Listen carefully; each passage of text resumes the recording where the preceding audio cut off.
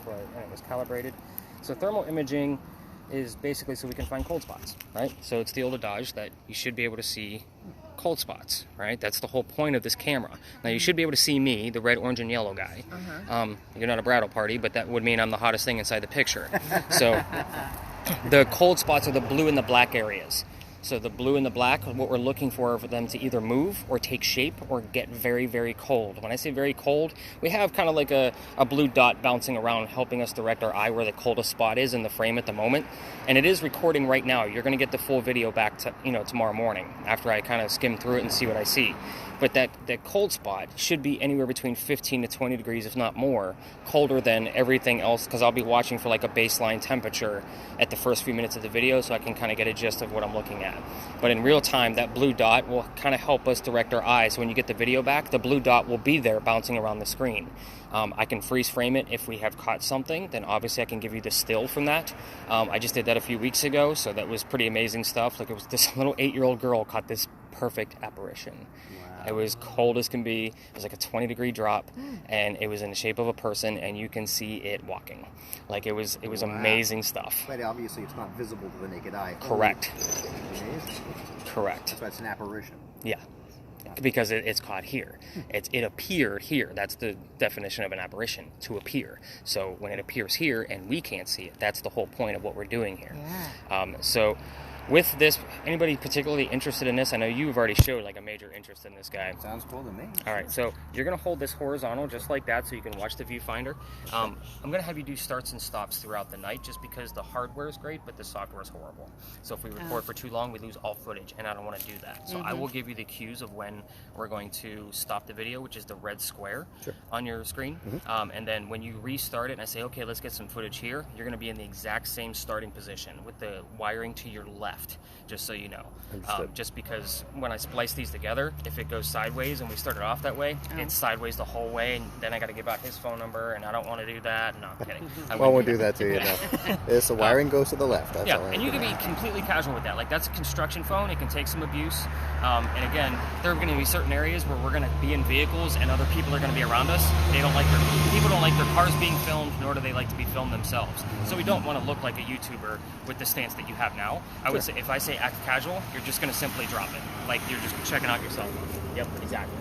So again, I mean, you can be comfortable with it. It is recording right now, and you don't have to keep it on me the whole time. Got it. So again, it's a matter of like, you're going to be scouting a little bit. But right now, just kind of get used to how some of those things move around.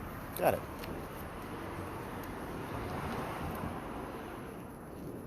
It's a perfect night for it. I know. So comfortable. Yeah. Let's stick with temperature right now. The wind is gone, thank goodness. I can see the front of the car.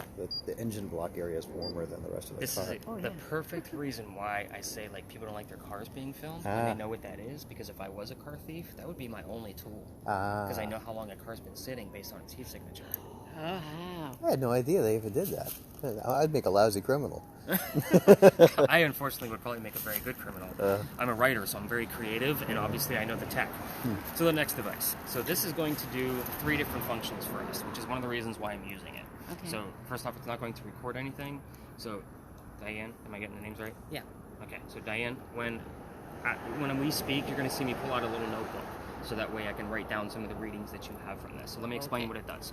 So it's going to measure electromagnetic fields. So it's an EMF meter. So your big numbers, anything above 2.5, I want to know what's going on. So that way I can either debunk it. What do I mean by EMF meters? Like those kind of fields that can come from our cell phones. It can come from electrical wires, a building. I want to see where it's coming from and kind of measure things out. That I know for most places that we're going to go to tonight where some of the hot spots are, based on it being from parking meters or from a building. Like, yeah, you're too close to the building. You know what I mean? And I'm going to debunk that a lot for you tonight.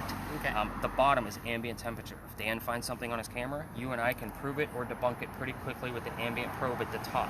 So we don't really have to particularly pay attention to that throughout the night, only when Dan thinks he might actually have something going on, and I can visually see it in the camera. I want to find out where it's coming from. Okay. The last thing that it has, there's more. This one gets a little bit more complicated. We don't use it all the time, so I'll show you more about it at our next stop. But what it does is it's called a REM pod. Basically, it senses motion. REM what? A REM pod. So Okay. normally a REM pod is like a circular device with antennas that come out of it. This one has one built into it because what it does is it detects motion. If something gets close to the antenna, it's going to go off. If there's an EMF field around this, different style than what's being measured on the red screen that I just showed you.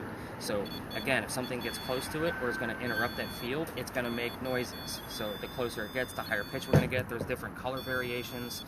Again, we'll talk more about that at the next stop. So again, we don't need to use it in every space, but for right now, you need to definitely let us know when those big numbers go anything above higher than 2.5. What is it at right now? So it's 2.5. 0.4? An ambient EMF is roughly anywhere between like 0.2 to about a 2.3. And when I say ambient, it's because the Earth will give off an electromagnetic current as well, and it does fluctuate. That's why anything above a 2.5 is where like I want to see if there's any patterns going on. So that's Okay. why reason. And I'll give you more like if we actually get EMF detections tonight, I'll kind of give you that in relation to things like that in your house, so microwaves, TVs. I'll kind of give you base readings of what I get off of those type of things, so that way you have a comparison. Mm-hmm. So this device, this one is a spirit box. Spirit boxes are pretty much a necessity on my tours. Makes sense. So this is a way for us to communicate with the dead. So what this guy is going to do, you look a little concerned already. She's like, I'm the only one left. No, I'm okay. I'm okay. Yeah, right? Yeah. Okay. No, So, it's good. My mom died last year, okay. and we went to New Orleans, and I had a conversation with a medium, and she told me things about my mom, and my mom was not sorry about things that she had done, basically lying to me my whole life about who my father was. Okay. But there were things that she said that I knew. She knew my mom was. So. Is this going to be too I'm sorry to emotional? hear about No. the passing of your mother. God, no. Okay. Mm-mm. No. So let me explain how this is going to work for us tonight. Okay. Maybe that'll ease your mind a little bit. Okay. So this is going to sweep through the FM radio stations at a quick rate. This is not always an easy thing to hear.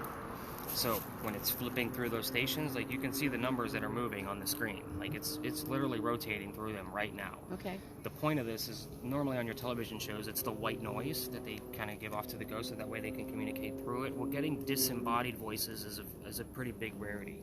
It's like, where's that flashing coming from? But anyway, Oh, yeah. those It's a light text. disembodied voices are, like I said, a rarity. So I have these slowed down on purpose. I want the radio chatter to come through. The reason being is if you can hear a song lyric, a DJ, a commercial, little tidbits, one word, a phrase, whatever you hear, no matter how silly you think it might sound, if you hear drop it like it's hot because that song came on, the word hot is what I'm looking for, especially if there was a fire in that location. Okay. I'm looking for clues that are going to be based off of those things. It's a 50-50 shot Okay. of what we're hearing, and I catch these things every single night. And when I Oh, say cool. specifics, like it's specifics. It's not always like drop it like it's hot. It's somebody's specific death year or their birthday or something that I didn't reveal to you that you come up to me and, you know, you heard, what's today, the 27th? March 27th, you know, and that's one of the persons in that particular vicinity's birthday.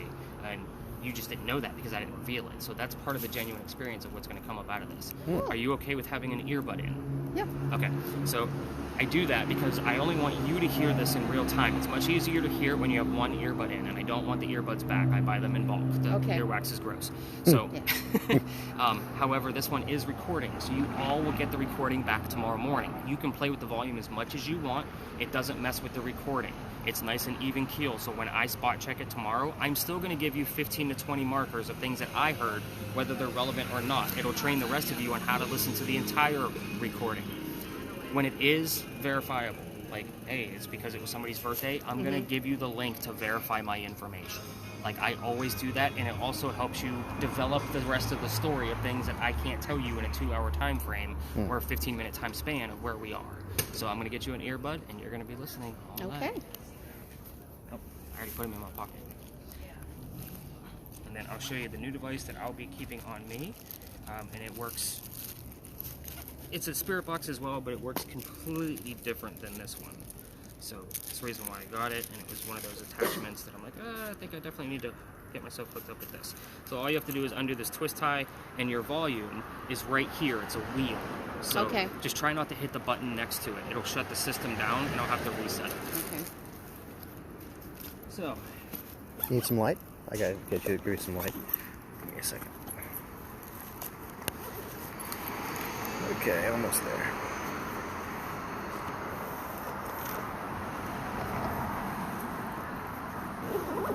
Oh, thank you.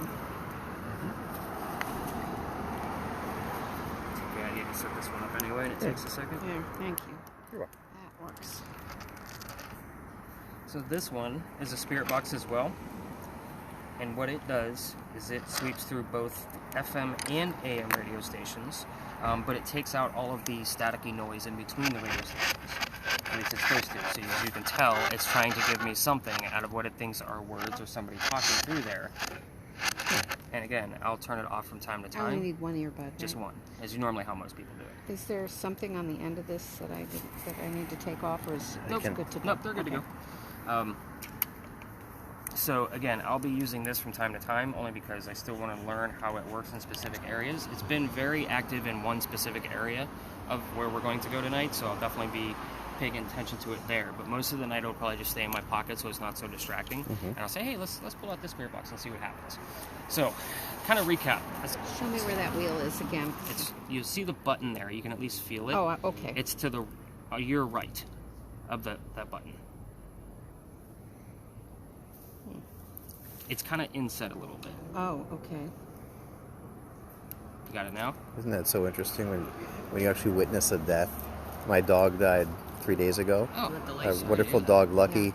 My wife woke me up in the middle of the night, and he is dying on the bathroom tile, and some serosanguinous fluid was coming out of his mouth, and he was just having those Cheyne Stokes breathing, where he was gasping, and it was progressive illness, and he was a wonderful dog. We loved him so much. But when you actually see it up close, it really gives you a fresh perspective of what death is. Yeah, I'm sure. Yeah, it was. I had a friend of mine.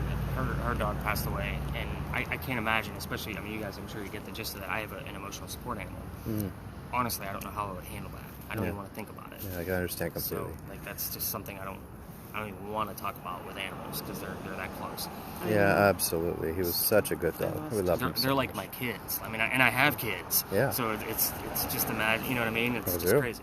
That's amazing. All right, so everybody's geared up. Go have fun. Let me know what happens. Yeah. No, I'm kidding. Don't go anywhere. I'm hearing static and like changing channels and Yep, stuff. that's exactly what you're going to hear all night long. And again, as I'm kind of giving you stories, if you want to turn it down, you can. Because Okay. again, it can be difficult to focus on me and that at the same time. Okay. Because at each stop, I'll kind of give you the history before each location, and then we'll kind of set free a little bit, and depending on the location, we'll spend a little bit of time. So let's talk about Okay. where we started here, Big John's. Mm-hmm. And of course, it's haunted. That's why I brought you here. So Nice. this used to be owned by Big John Kennedy. Yeah. It's now renovated into the new Big Johns that we now know. So here's why I bring you here. By the way, remind me where everybody's from again. Originally, I'm from you said- California, but I moved to Camden in January, so a couple of months ago. Okay, yeah, you had a California phone number. Yes. I'm originally from Milwaukee, Wisconsin, moved to Raleigh, North Carolina 2 years ago. Okay, I was gonna say your accent is definitely from Yes. Wisconsin. Fernandina Beach, Florida, Amelia Island. Wow, you guys are all over. Wow. Yeah. Pretty neat. I'm originally from Ohio, in case you couldn't tell. I don't have a southern drawl Yeah. at all. So that's part of the reason why I talk so fast.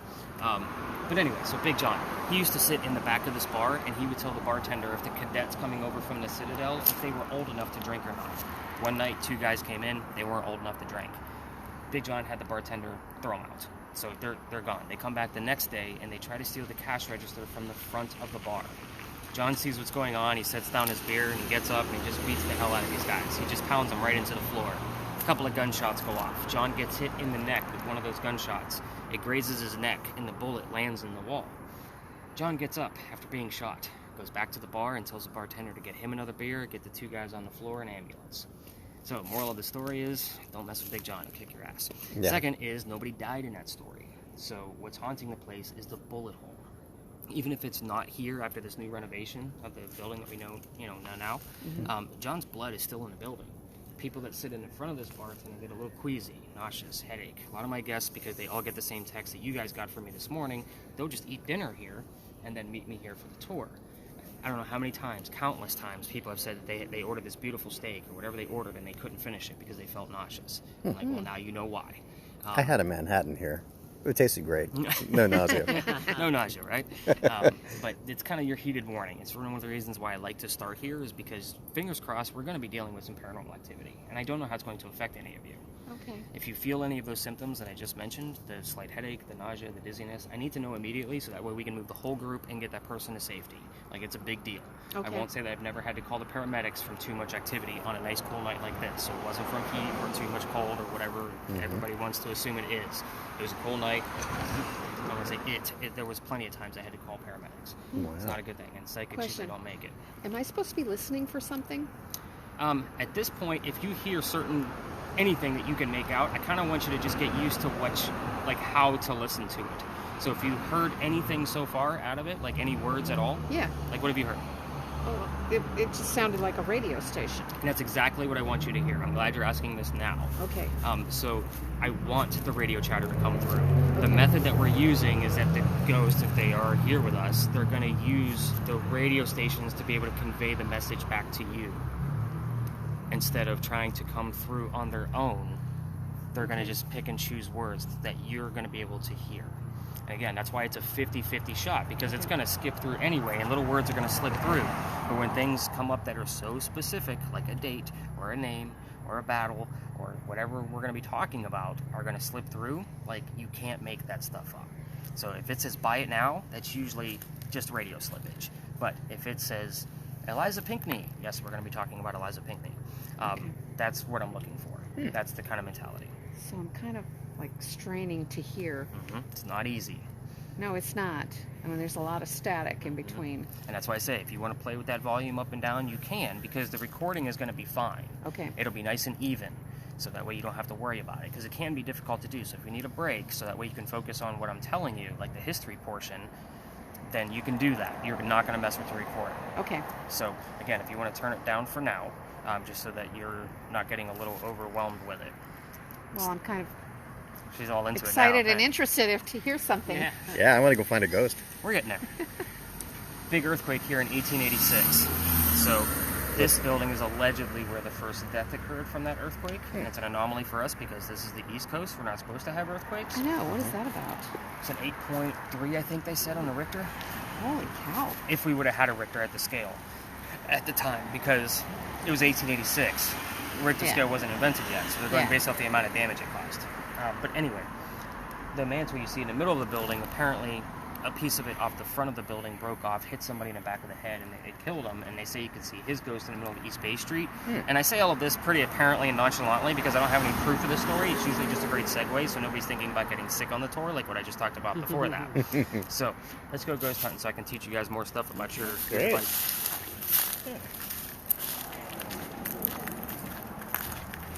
I'll just keep recording until you say stop. Yep, you got it. I'd like to get this first 45 minutes or so in before it starts knocking out. Let's go ahead and be casual with that. Sure.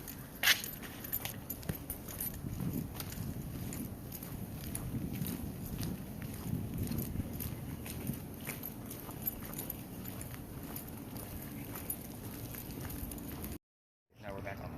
Alright, so this is the first stop. You're going to be leveling up, but this is a place you have to imagine if I have 10 people, I have to explain 10 different devices, because nobody has the same devices except for yours. There's two of those. The top 3 devices? Just curious. This is what gives me the most amount of data. I do usually will use an app as well that kind of gives us a word list to kind of go along with what you're going with, but I chose to use this instead tonight, just to kind of see if it's going to give us anything extra so I can keep learning more about it. Now, that word list is a phone app. It is lucrative, but only about 20% of what it gives us is actual evidence of what I can consider evidence, because it ties in with something you're getting as well. So again, I kind of use different clues. So we kind of jumped the gun a little bit. So let me, I guess, further explain. This place here is very simple. This is where, at my 10 guests, I have to work with them one-on-one. But this is the Red Barn lot where we keep the horses for the carriage rides. Notice my voice dropped even a little bit further over here because the horses can hear us, and I don't want to spook them and have them kick the wall. But the history here is a one-liner, and I did it that way on purpose just so I can explain the devices better. This is the same Red Barn where we held horses that delivered milk and eggs to the residents of Charleston. Normally, I have 5 different spirit boxes in play. So different styles. So normally everybody wants to ask, like you see on TV and movies, is somebody here? Like everybody wants to do, right? Yeah. If somebody says no to you, that means somebody's here, right? Because you're the only one with a spirit box besides me and the one in my pocket that's on mute. Oh. So if somebody says no, we're not going to go using yes or no questions all night long. So the whole point of this is that you can actually have some paranormal evidence. In a space like this, I would say ask questions you know the answers to. If somebody's here, tell me what color the big red barn is. Obviously, the answer is red. So with that, you have to imagine you're looking for song lyrics and DJs to convey messages to you. So the word red might not be in the vocabulary at that specific moment. But fire truck, blood, heart, those three things are specifically red. To me, that would be an acceptable answer. What color is the big red barn? Blood. Good. However, most of the night I'm going to require that there's two happenings going on with our devices to be able to verify what's going on. Normally what I'll explain is that the Spirit Box word app, like it'll just put words on the screen and saves them to a list. If on that list the word art is present, but you hear the number 40, those two go together. Why? Because Art Faircloth was number 40 on Big John's team. See how I have to put these clues together to kind of verify? The word art by itself doesn't mean anything, and the number 40 by itself doesn't mean anything, but when I match them up, we're good to go. Most of these people we're going to be talking about tonight are going to be from the same time era, 17 and 1800s. We have a lot of the same named people in the same story. So lots of Charleses, lots of Elizas, Georges, very common names. We need to know who the heck we're talking to, you know, and it's going to be from the same location. So again, I'm always going to usually require two things actually going on at the same time. So because we're only using one main spirit box tonight, it'll probably be an EMF reading or something was caught weirdly on yours, you know, your particular camera where it actually, she heard the word camera or screen or something along those lines. It's almost like directing us on like what to look at. It happens all the time. You're going to see me taking notes of whatever you hear in real time, so that way I can kind of keep track. And you'll see that at the bottom of your analysis tomorrow morning. Have you gotten a reading on your device at all? Oh, just small, like 0.5. Okay, yeah, I don't want to know anything about those.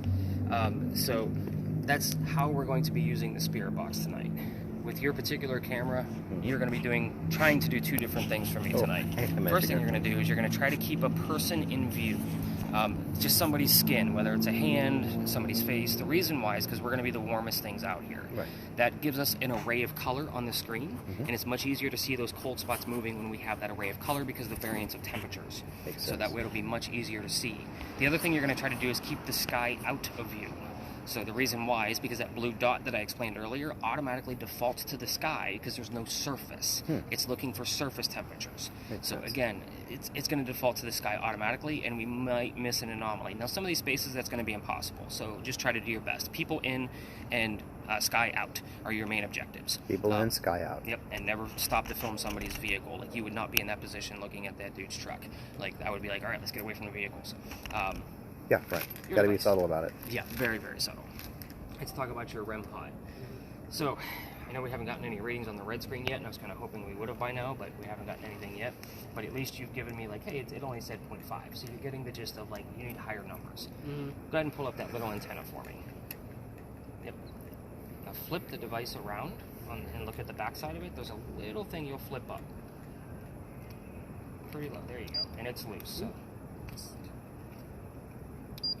Oh, I keep hitting something on the front. Okay, got it. All right, so there's two little white buttons back there. I'm going to hold this up so you can feel them right here. The one on the right is the one you want, so click it into place. Use your nail if you have to. Perfect. All right, so flip the device around slowly because it will be very, very bright as it kind of goes off. I don't know what you hit when you were tapping it by accident, but yeah, you moved it to units of Tesla. I'll have to change that. But anyway, what we're looking for here is your motions are obviously going to make this thing go off, right? So there's a way to reset it. On the side here, there's 4 buttons. The bottom one, you just reset it. You just want to keep your thumb right there. So if you're right-handed, it's easier just to keep your thumb right there, so that way every time you make it go off, you just keep clicking it and stop to make sure it's not from your movements. So, because that kind of gives us a false positive, like something's actually happening. Because it's, you know, it looks like it's going to be pretty sensitive tonight. I don't know why it's doing that, but I want to change the units of Keep measure. waving it around, Diane. Sounds like a theremin. Ooh.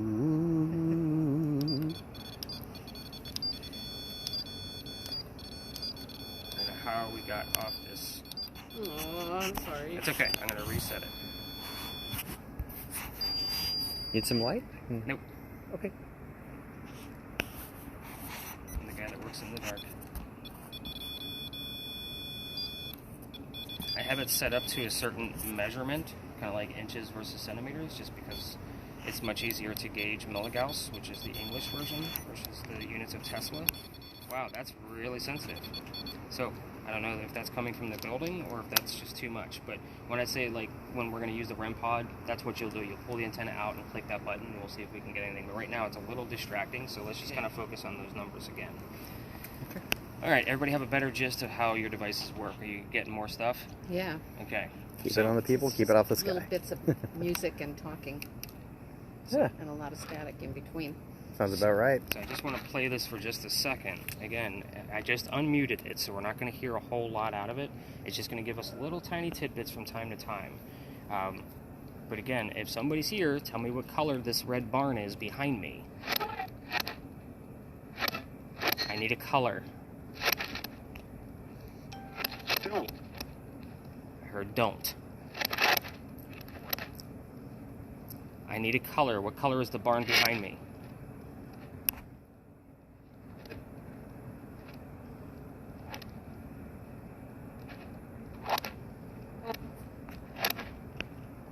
Can you tell us what color it is?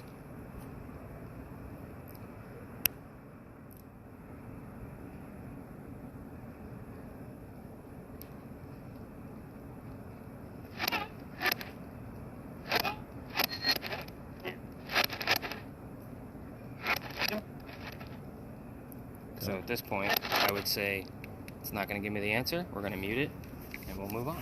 Okay. So that's kind of how the gist is. You see, I repeated the same question in multiple different ways. So again, you guys can ask questions too, because you have regular audio on there, and we don't know if we're going to get an answer until it comes back tomorrow morning. So again, we have my voice recorder plus the audio on there. Let's go to the next stop instead of talking about ponies and football players. Okay. Let's go to deeper history, right? Sounds like a good plan. I like it.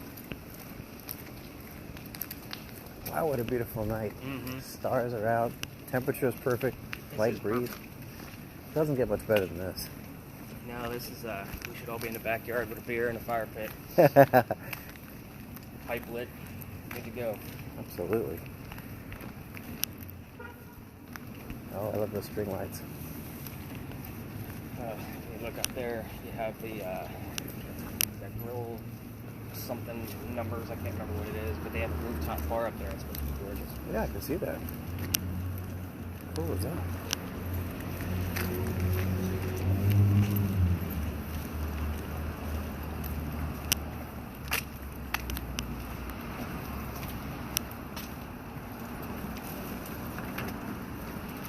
Oh, this is a wonderful, wonderful thing. Alright, so welcome to another beautiful spot of Charleston. This is where we're going to truly dive into what's going on as far as the deeper history of Charleston. So this place used to be something, so let's kind of get right into it. What do you think? Have you heard anything on the way here?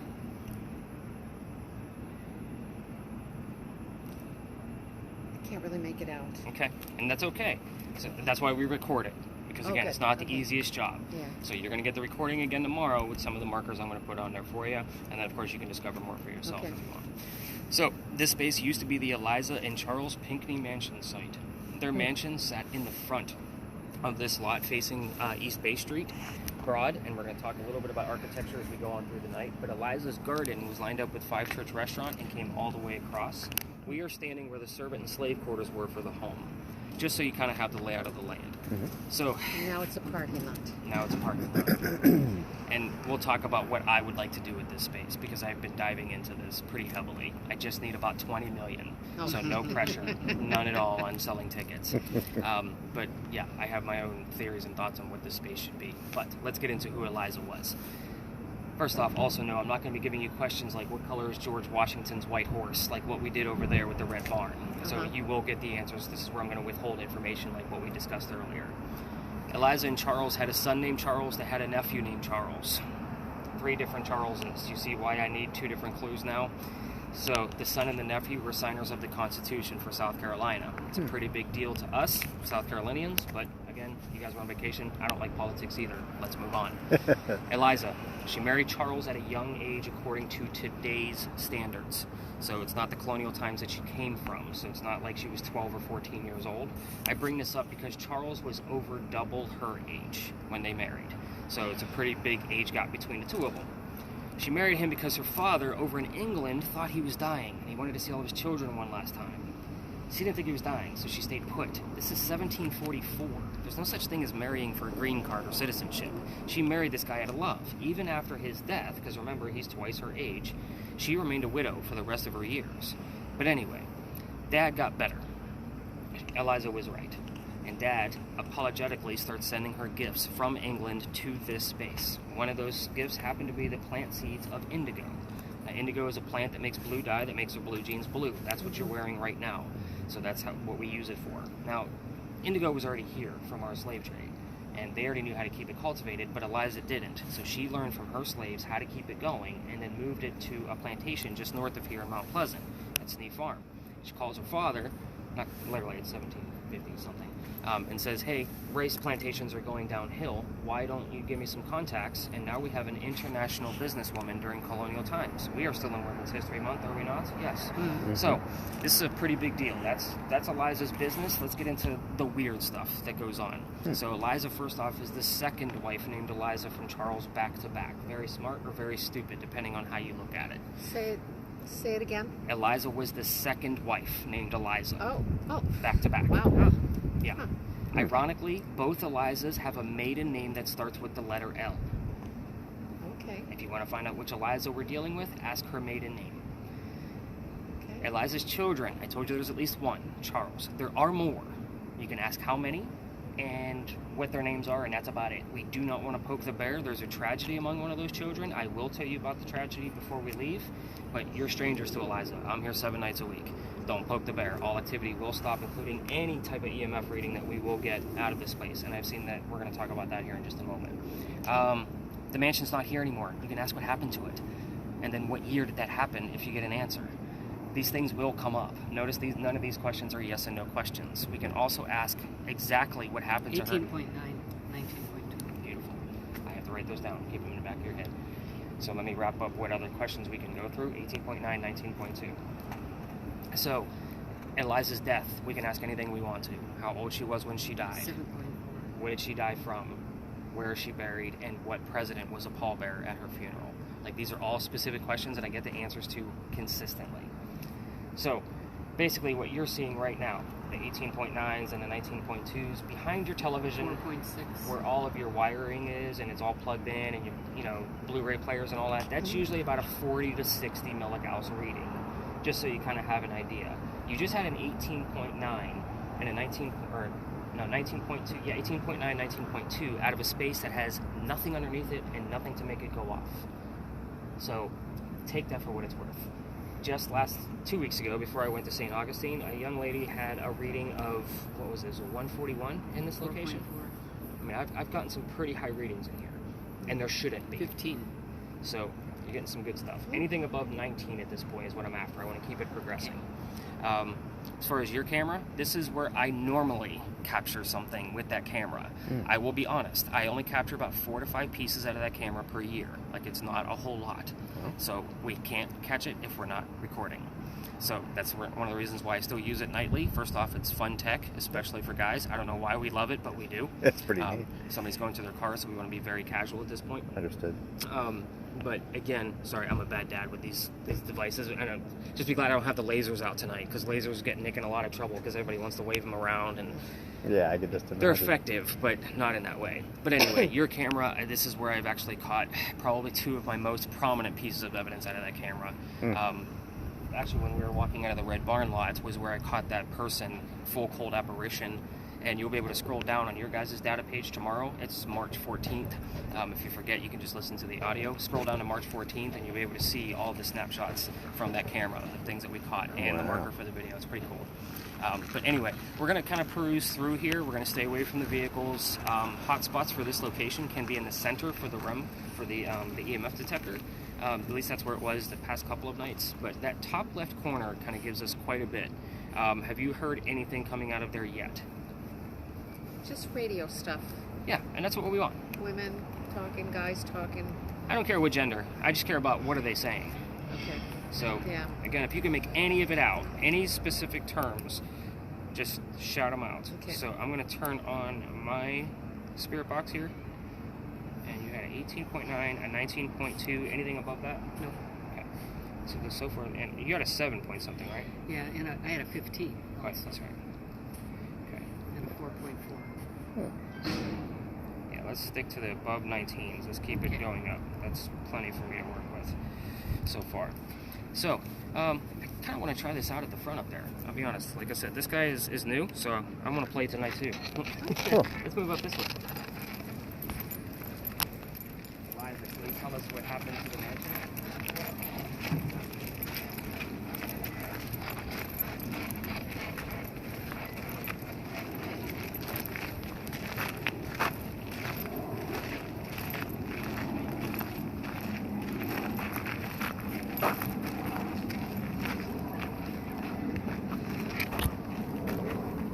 Eliza, tell us what happened to the mansion.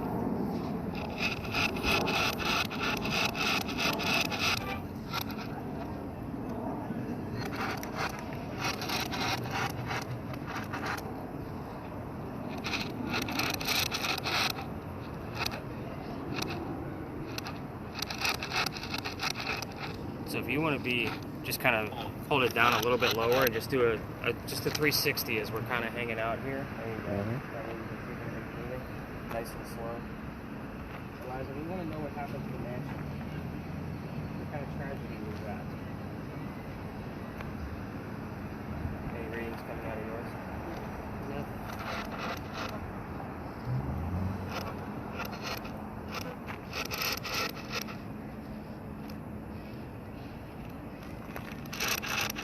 Eliza, this is a new box that I have with these flashing blue and red lights. Let's try something a little simpler. Can you tell me what my name is?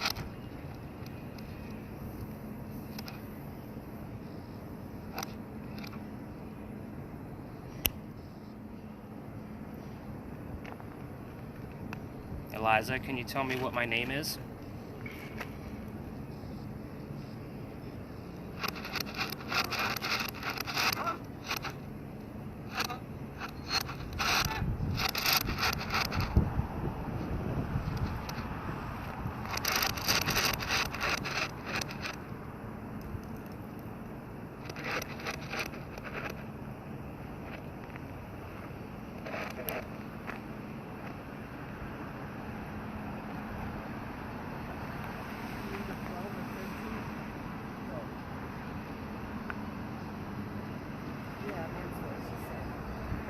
Remember, I don't care about the gender. It's about the message.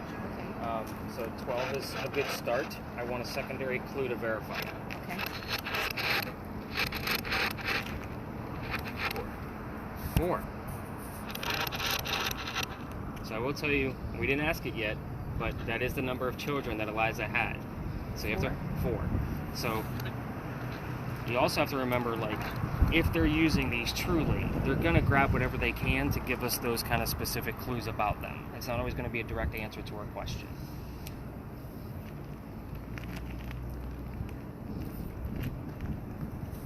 Eliza, can you tell us what goes with the number 12 in relation to what happened to the mansion?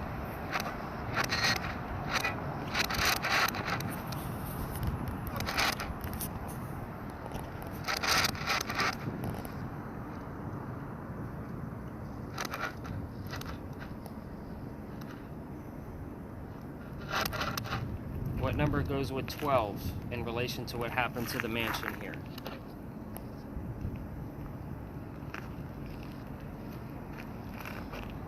Eliza, what's the date of the tragedy that happened here? 12 what?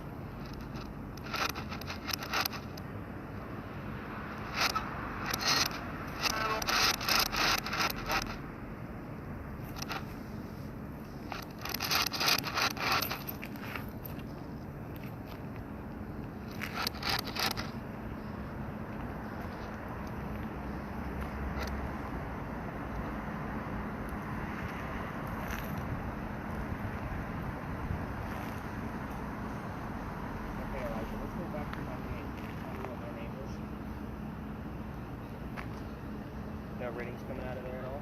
Nothing?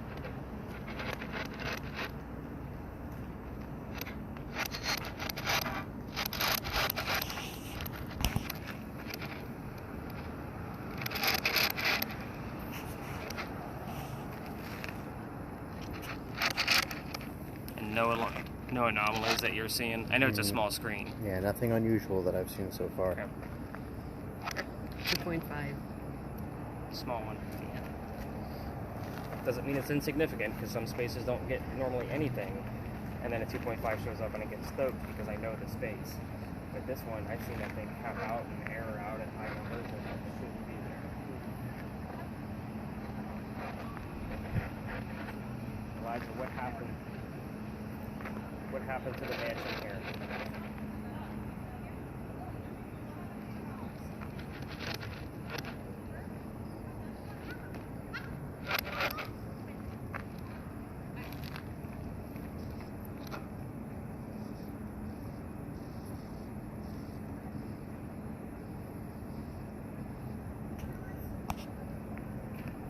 Still not hearing anything? Mostly music. Okay. And what I do, cause, I mean, I listen to that thing every day. I pay attention to the lyrics in there to see if the lyrics might be telling me something. Oh, okay.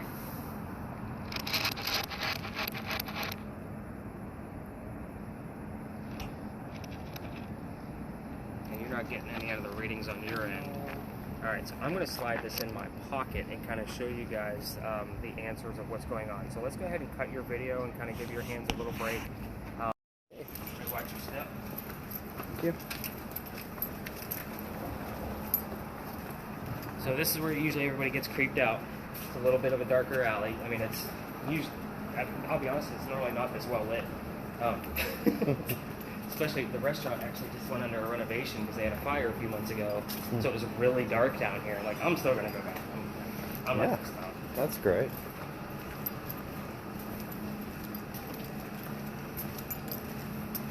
Not seeing any activity on the monitor as of yet. And we're going to, like, once we get past the restaurant, I stop so I can kind of explain the space. Ah. I like to get past there so that we're not filming people eating and interrupting them at all. All right. I'm sorry, ladies. I didn't get a chance to talk to Dan like I talked to you at the beginning, so that was a great opportunity. 3.2. Yeah, very Were you? interesting. 3.2. Okay, that's good. We don't normally get anything in here. Let me know if that goes up anywhere to that. I could be wrong, but I thought I heard Isaac You're a not couple of wrong. times. Huh? You're not wrong. Ooh. That's awesome. That's so cool.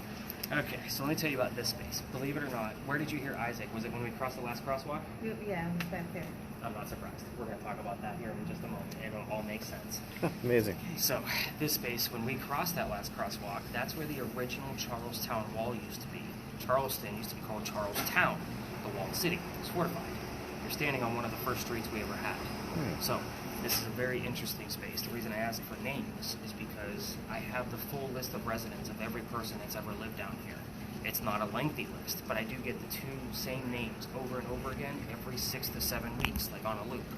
Those names are Benjamin and John. Now, it doesn't sound very significant because very common names. But when I say people live down here, I'm only talking like 4 to 6 people at a time.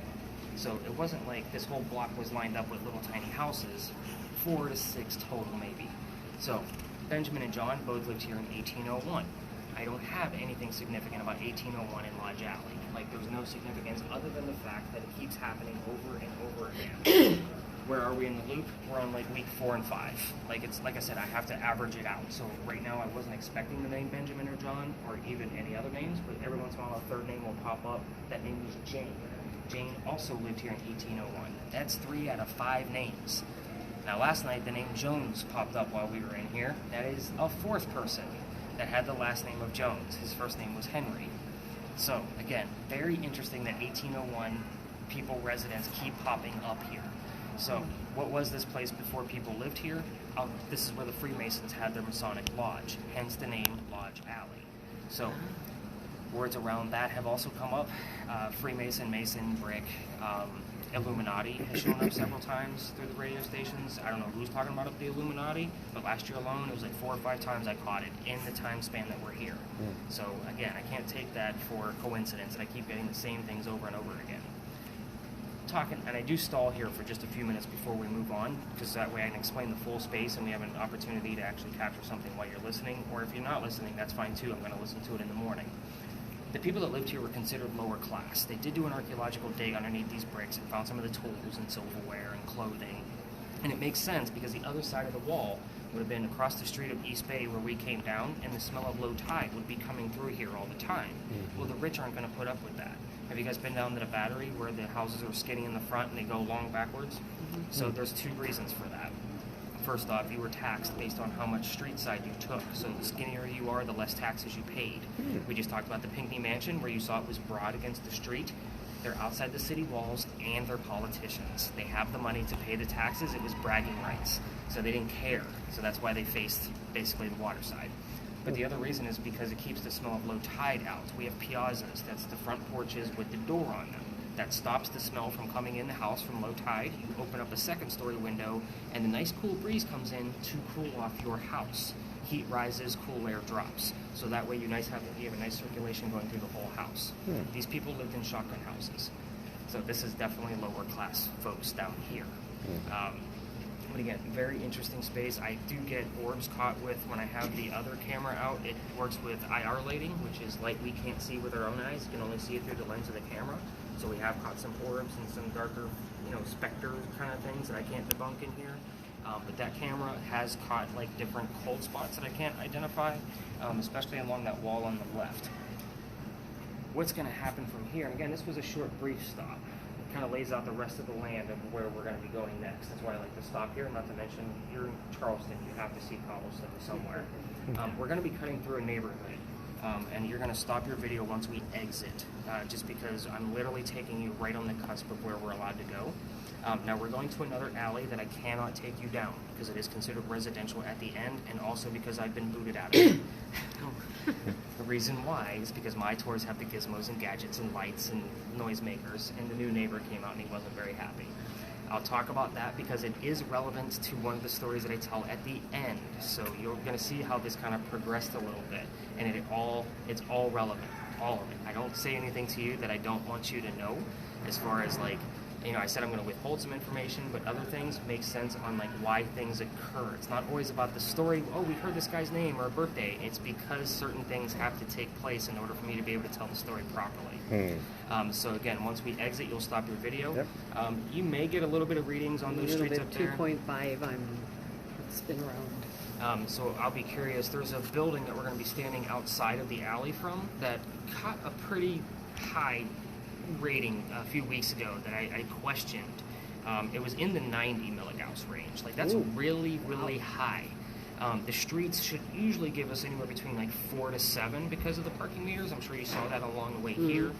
But she screamed out 93 or something crazy. I'm like, whoa! Like you are next to a building, but that still shouldn't be that high. That's really high ratings. But again, definitely like you're our key. So keep listening. If not, you're at least recording and hanging on to the device for me. Again, it's not an easy job. So it's definitely not an easy job. And if you guys want to switch to give it a whirl, I have more earbuds if that makes you weird. She's like, nope, I want nothing to do with white noise. Love it.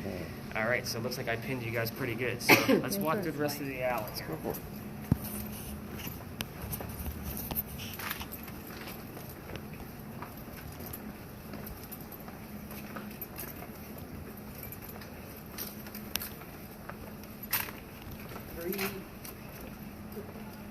Three. 3.0, yeah. It might be coming from those hotel rooms. It looks like there's some lights on in those rooms. Everybody see okay? These get a little worse as you move along.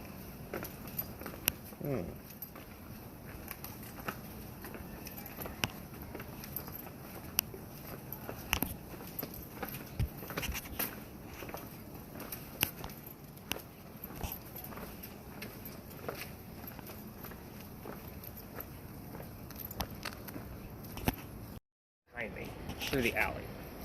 So other tours are going to be packing through there. And again, when I have my groups of 10, it's not fair that I'm trying to take 10 people down half of an alley to investigate when there's other groups of 20 down there. So it's another reason why I just started coming out here. And again, this is the alley I've been booted out of. Huh. But this is Philadelphia Alley. This is where the duels used to occur for the city of Charleston. Really? It used to be called Duelers Alley. We all tell the story of one specific duel, and things will start to make sense with the name that you gave me earlier. Isaac. Mhm. So, a doctor moves down here from Rhode Island. His name is Dr. Joseph Brown Ladd. He moves down here because his fiancée, Amanda, just inherited a bunch of money from her dead parents. She has an attorney helping her out with all of this money.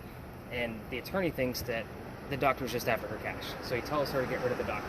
Instead, he moves down here to prove that he's not. So the doctor's on his way to town, and the coachman sets him up to be robbed and killed.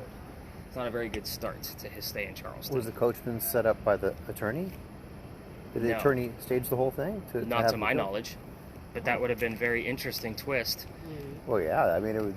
That's amazing. It Okay, makes go- sense. Yeah. So somebody's walking by. He sees what's about to happen. He's a local guy. His name is Ralph Isaacs. So you see where I'm like, yes, that's definitely, we're still close enough. And when you said you heard it, we were crossing East Bay going that way. So we were still crossing this road. And it happens all the time that I'll get clues to this story as we're going to Lodge Alley. So I'm like, all right, where are you at this location? But anyway, so Ralph says, oh, I'm going to stop there too, because Ralph has the same initials as where the doctor came from. He came from Rhode Island. Ralph Isaacs. R.I. shows up here a lot, but I need a secondary clue so I know who it belongs to. But I've seen it here several times. So Ralph says, dude, you don't want to stay here. This guy's got a gunman inside. He's going to try to kill you. He's like, I got some friends at 59 Church Street where you can rent a room.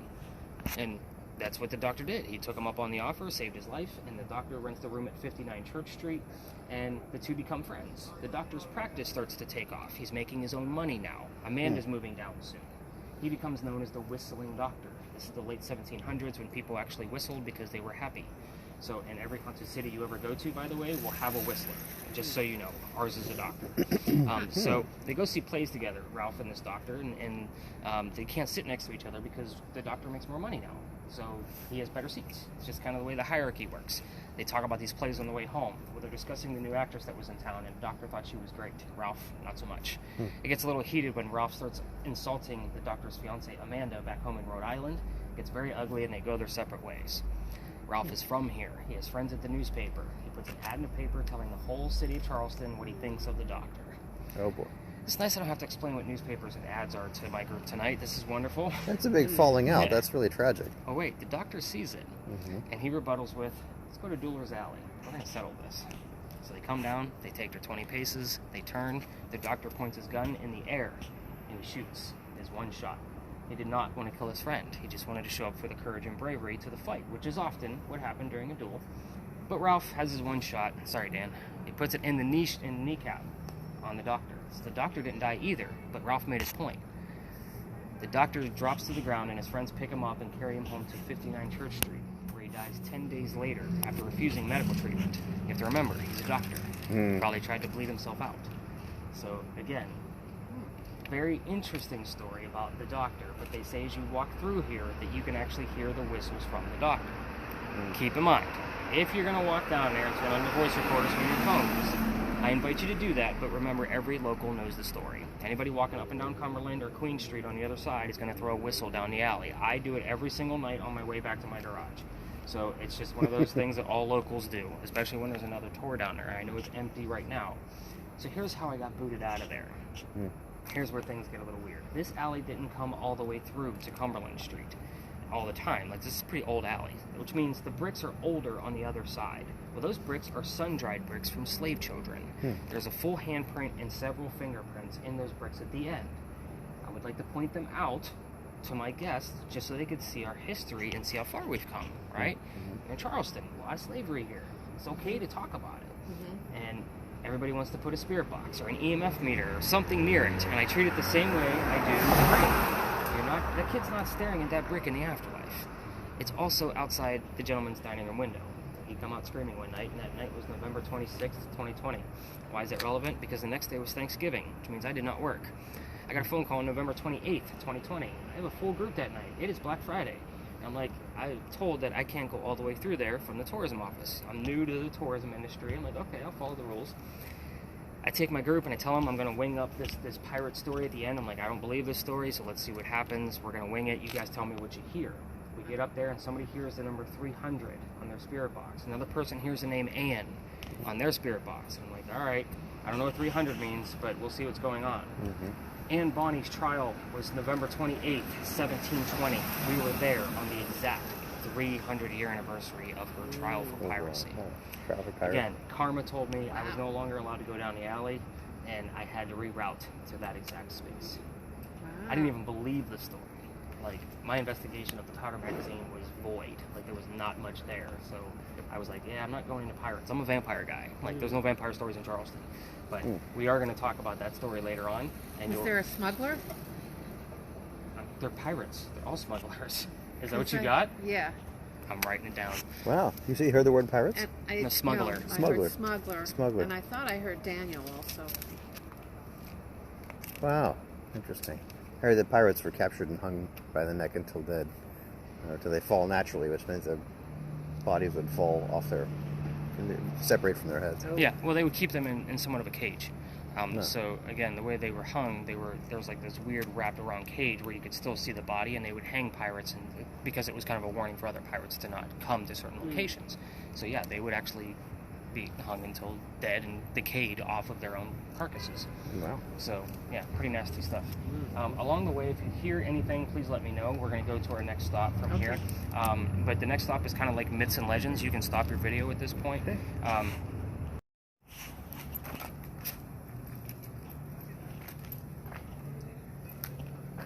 All right, so our last stop. So we'll be using the spirit box that I have, definitely.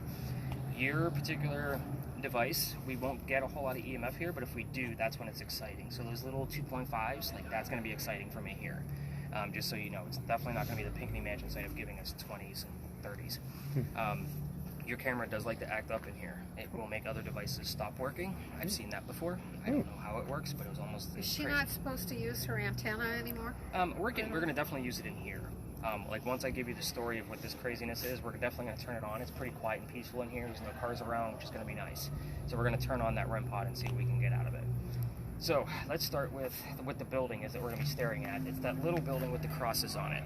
I want you to realize that those are not crosses. Those are earthquake bolts. Earthquake bolts, the gist of those is that they're turnbuckles. If we have another earthquake... Earthquake what? Earthquake bolts. Oh. Okay. So if we have another earthquake like what we did in 1886, which we have not, you can turn those turnbuckles slowly, and it'll straighten the building back up again. It's a great idea, it just doesn't work. Yeah. So the reason I bring it up is because these are the oldest earthquake bolts that we have here in town, because that's the oldest government building in South Carolina. That is the Gunpowder Magazine, which served in 7 different wars, Wow. including the Civil War. That was its last serving. Now, I told you about the Charlestown walls earlier when we were at Lodge Alley. Where that parking garage is now, that's where the wall existed.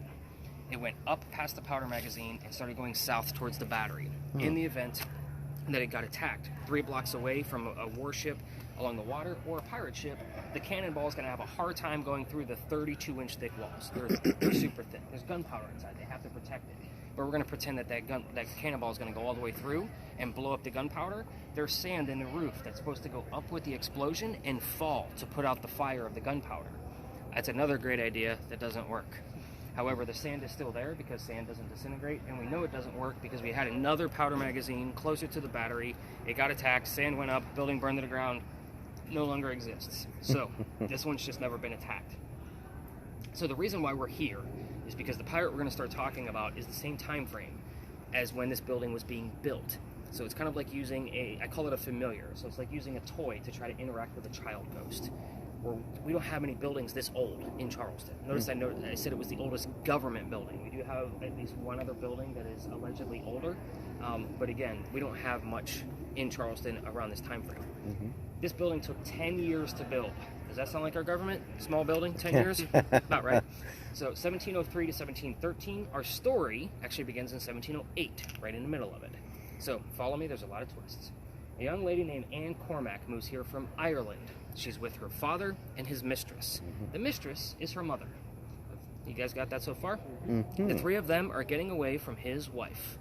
So how angry was she that they got on a boat and left for the Americas in 1708 from Ireland?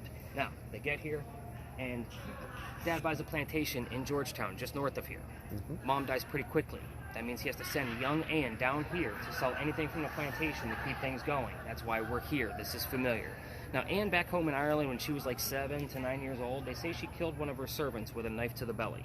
Like, pretty hardcore chick. So, keep that mentality as I tell you the rest of the story. It'll make a whole lot more sense. We're going to fast forward. The building's done in 1713. 1715, pirates are coming through town. Anne is stoked. She wants to latch onto one of these young fellas and fall in love, and it's exactly what she does. The guy's name is James Bonney. Dad doesn't approve because he's a filthy pirate. James Bond? James Bonney. Somebody said that James about Bond. that to me last night, too. I gotta maybe push that a little bit further. And that's Bonnie. my name, Bonnie. Funny. Yeah. Okay. Well, it's spelled differently. Yeah. EY, probably, right? No. Y. B-O-N-N-Y. Okay. Now you got me guessing. Bonnie is like a pretty lass, a pretty young girl, right? That's his last name, I know, but Yeah. look But the actual interpretation of it, I don't know for sure. at- And his first name is James, Yes. and that's my husband's name. So James and Bonnie. Very interesting. Just like you're 22 and 45. yes, that's right. Wow, look at the coincidences we have going on tonight. Yeah. You haven't given me anything yet there, Miss Nope. Diane. I got nothing. You will. It all comes in threes. So anyway, they run away to Jamaica. They get married. Anne Cormac becomes Anne Bonny. But this guy is not the Captain Jack Sparrow type of guy. That's my mom's name, by the way. Captain Jack Sparrow? No, Anne. Oh. Close. She falls in love again. This guy is basically a privateer, by the way. So James Bonney is basically a spy for the British. This is not who she wanted. So a few years later, she falls in love again with another pirate. His name is John Rackham, a.k.a. Calico Jack. We're going to call him Jack through the rest of the story so we don't get them all confused. There's a lot of J names. So Jack has his own ship and wants to be part of it. You cannot put a girl on a crew. Girls curse pirate crews. So you can't put her on there. He makes a deal with her. If you dress like a guy, you can be part of the crew, but you're going to be a female in my quarters, because he's the captain. So, she's okay with this, because Dad used to cross-dress her as a boy back home in Ireland to hide her away from his wife. So she's like, whatever, I'm a pirate, let's go. Being a female in his quarters, let's put two and two together, she's eventually going to get pregnant. You cannot have a pregnant pirate dude on the crew, right? Somebody's going to figure it out. So he drops her off in Cuba. Yes, Cuba. So he drops her off there. Sorry, I had Cuba because I said Jamaica earlier. Go have the baby, come back, we'll figure it out later. She goes and has the baby, returns with no baby. We have no idea what the hell happened to this kid. She's also dressed like a female. This makes Jack pretty mad, because obviously she's supposed to be hiding her gender. You know, they just went through all of that. And Jack just captured another pirate crew and they're down below deck. Anne's going to go flirting with this new pirate crew that's captured, because that's what Anne does. She goes down there, and we're on guy number 3, by the way. Guy number 3 turns out to be a female dressed like a guy to be part of the pirate crew that Calico Jack just captured. So now we have 2 females on the same ship, dressed as males to be pirates. This young lady's name is Mary Read. Is that any tie-in? Okay, I'm waiting for it. So Mary Read becomes part of Anne's crew. Like, she said, come on, you could be on part of the pirate crew instead of being a captive. So they become friends, possibly lovers. We don't know for certain. There are speculations. And then the British find out where they are. So they send their entire fleet to come take down their one pirate ship. Anne and Mary are the only 2 not drunk enough to come up and fight with their 1-bullet muskets. Well, obviously the fleet is going to take them down. So as they're being arrested, Anne looks at Jack and she says, you should have fought like a man instead of going down like a dog. So the word dog does show up here from time to time. The judge, after he tries and hangs Calico Jack and the 2 drunken men that were too drunk to come up and fight, they're dead and gone. He wants to see the 2 men that fought back by themselves. Who are these courageous people? So the ladies go in front, they reveal their gender. He doesn't care that they're female. He's still going to hang them. They're still pirates. We plead our bellies, was the last thing they said, both claiming to be pregnant. You cannot hang a pregnant woman in 1720. By the way, this was the November 28th trial that I was telling you about earlier. So he delays their hanging and sends them both back to jail. Dad is still here in Charleston with all of his Irish money. He brings Anne back here, bails her out, and she remarries. Husband number 2, guy number 4, because yes, we're going to count Mary Read, and James was the only former husband, and has 4 kids and dies at the age of 84. That's all we know. I know, very abrupt again. I'm very famous for the abrupt, deathly endings. As far as Mary Read goes, she died in a Jamaican jail a year later in 1721 from whatever pirates died from in a Jamaican jail. We don't know if either pregnancy was true. We don't know if Mary had the child there, so forth and so on. So this is kind of an open forum. We can ask whatever we want to here. I'm actually going to leave it up to y'all because I did most of the question asking at the Pinckney Mansion site. But I left out 2 things on purpose. Everything else is free game. The only things I can actually prove out of this story are the name of Anne Bonny's parents, which the father's name loves to come through here. I'm going to be using my spirit box for that. And that would be the father and the mistress. And then the name of Calico Jack's ship. I left that out on purpose as well, so that way you didn't have the answer already in your ear. We are going to be using that REM pod, so we're going to pull up that antenna and get that guy going. Do you guys remember me telling you that people have passed out on my tours at the beginning? This is one of those instances where it's relative to the story. Back in September, I bring my group back here. I have 7, 8, 9 people. The kid next to me, before I start telling the story, goes white as a ghost. Yes, that pun was intended, and he starts to drop like a wet noodle. So I pick him up by the armpit, and we get him over to that wall over there. I send his boyfriend over across the street to go get him a bottle of water. He comes back, he drinks the water, he's starting to feel better. I tell the story. It's relevant of when I told the story because he didn't know anything yet. I send everybody out to go play with their devices. They pull me aside. We have to tell you something. What's up? We are 2 transgender males. I had 2 females dressed as men on my tour. And they hadn't heard the story yet. They had not heard the story yet. And one began to pass out. Got a little woozy, huh? So it is one of those instances that they are perfectly fine with me telling you this because they now feel part of the story. And I'm sure that they really dove in because I gave them extra links to Anne and Mary's story and what books to read. But yeah, definitely relevant to this story. It's one of those, and it was a cool night like this. And nobody was overdressed or anything like that. It was just one of, I mean, when I say the kid went white as a ghost, like I thought he was going to crack his head open on the pavement. Like he was going out quick. So it was pretty intense. Wow. But I do like to hang out over by that brick wall because I definitely want to turn this spirit box on. I want you 2 to kind of walk around and see what readings you're going to get. The closer you get to the bushes, the more you might get a steady reading of 2 to 4 because of like the electrical poles and the parking meters and that kind of thing. If other tours come into play, obviously you're just going to be very casual. But I'm going to be chilling on the wall listening to this guy, and whatever I get will be on the audio. So let's see what we can capture here. Let's do it. Well, what am I? It's still just. I'm just looking for the reading. The reading, yeah. And then if you get anything here, remember to click that button.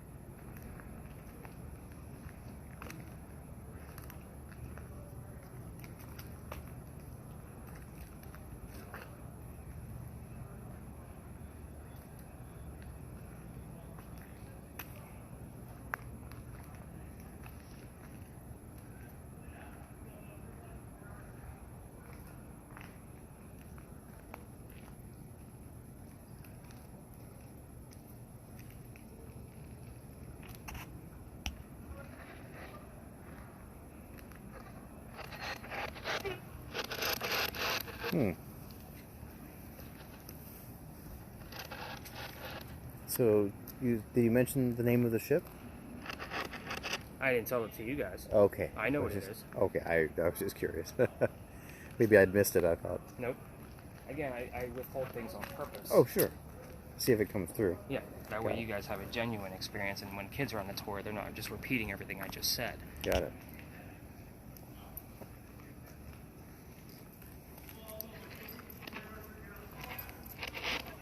So is the gunpowder still inside there? I believe they have a barrel. It's a museum now. Ah, it's a museum. Yes, that would make sense.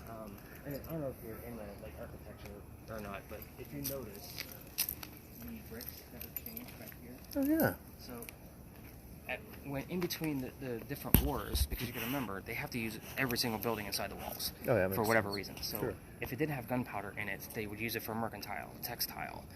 It was different businesses, law offices, and then they started attaching things to it. That's where this apartment building came from. So obviously it's been expanded. You can see the brick laying work on, that's been changed. Yeah, you can definitely see how it has a sort of. It looks like there's like a triangle of almost like a roof there. Yep. It might have been. I want to say like there's still access to like this basement part of it for storage for them, because I'm sure they rotate things out. I mean, there's a lot of like uniforms in there from the different wars it served, and some artillery, from all the different wars that it served. Very interesting. What color was that? The green one, I think, right next to it. Nothing. Again, this is a hit or miss location. Mm-hmm. You never know if Anne's going to be here at the same time we are. But she's said to be seen all over town. That's the problem with this space. Interesting.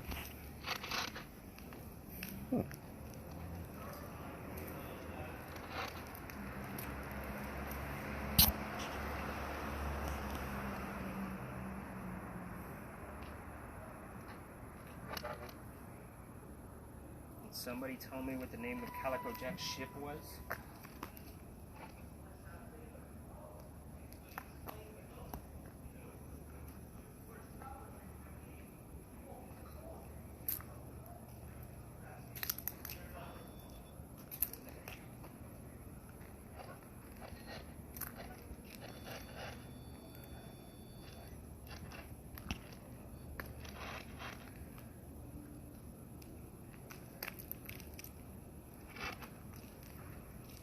So, last night's tour, we had this running, and I'm wrapping things up, and I'm giving out the answers, and the minute I said a specific name, this thing comes up with pirate. No kidding. So my voice recorder wasn't close enough for it, but this camera was, and we caught it, plain as day. Wow. So, That's pretty cool. It is. Wow. And it was funny was the person I was talking about wasn't a pirate, it was Anne's dad. He wasn't a pirate. He wasn't a pirate, right. But it just gave us the word pirate. I mean, it was clear. Like 4 people heard it and I didn't. So I couldn't wait for the video because I knew I was going to have to go to the video because my bag was sitting on the wall. Oh, that makes sense. Yeah, there's a term for what she has. The term is called hybristophilia. It's the love of bad boys. Some women, they fall for serial killers or Charles Manson type of thing. You know, pirates. Sure. You know, drug dealers. Well, I think with her, it was all about attaching for her own freedom. So she had a lot of like personal things about this because she didn't like the way women were being treated. You know, she comes from Ireland, she comes here, and you have to be, you know, very humble. Yeah. It was all about all of those freedoms, and latching onto a pirate and leading the pirate life would have given her those freedoms. That would make sense.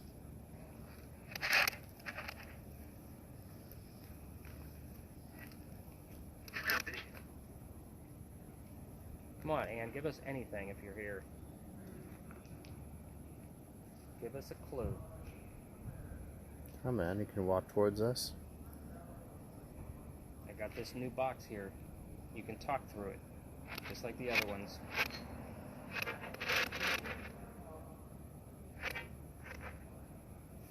Got anything? Marshall? Getting a lot of music.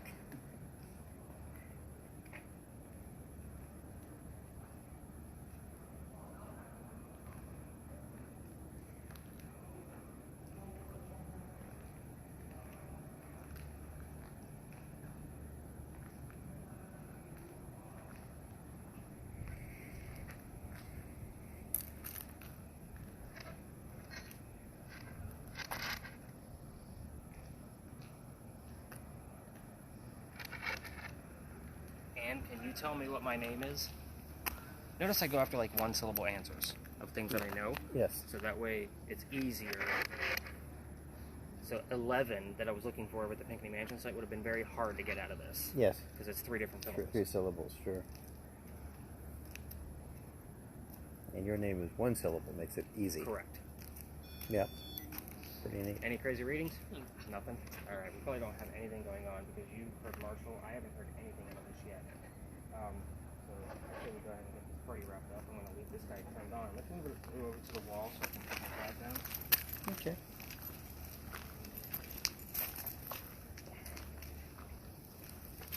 And we'll see if that thing gives us anything as I'm wrapping it up. So I'll invite you, obviously, when you go to your data tomorrow morning, to scroll down to yesterday's data so you guys can see the marker on the thermal imaging video of when we caught the word pirate from this spirit box. Like, it was pretty clear. Also go to March 14th, if you can remember that. That's the one with the thermal imaging camera where we caught the person moving. And their marker and all the stills from that are there as well. But again, if I keep your data up there for an entire year, so if you want to go back and see what happened on your birthday or whatever day, like if I had a tour that day, it's posted. Like I don't hide anything. And when was the pirate? When did you hear pirate? That was last night. Oh, So again, all you'll have to do is go right below your data okay. and look for the thermal imaging. You'll get the markers. That way you know where to move the slider to. Remember Okay. that video is going to be like an hour and a half long. But yeah, it was pretty prominent there. I honestly I wasn't sure if I believed my team or not because I didn't hear it directly, but they did. Like 4 people were like, yeah, it said pirate. All right, Wow. take yours first. This way, you guys can ask me a million questions at this point. Like, I'm an open book. I mean, I think you guys got the good gist of things at the beginning and through our walks with a nice small group like this, but I'm still open to questions if you guys have anything. What's the most interesting thing you've heard? Are there any coincidences that were beyond belief, or? I have, go ahead and turn the volume down. I have disembodied voices from the Pinckney Mansion site, Really? um, from these type of spirit boxes here that are definitely not radio chatter. Wow. One of them saying, just leave us alone, like over 11 different radio stations. Go ahead and keep the earbuds. Again, earwax is gross. I don't care if you throw them away. They're like 50 centers. Turn this off now. Yeah, you can go ahead and stop.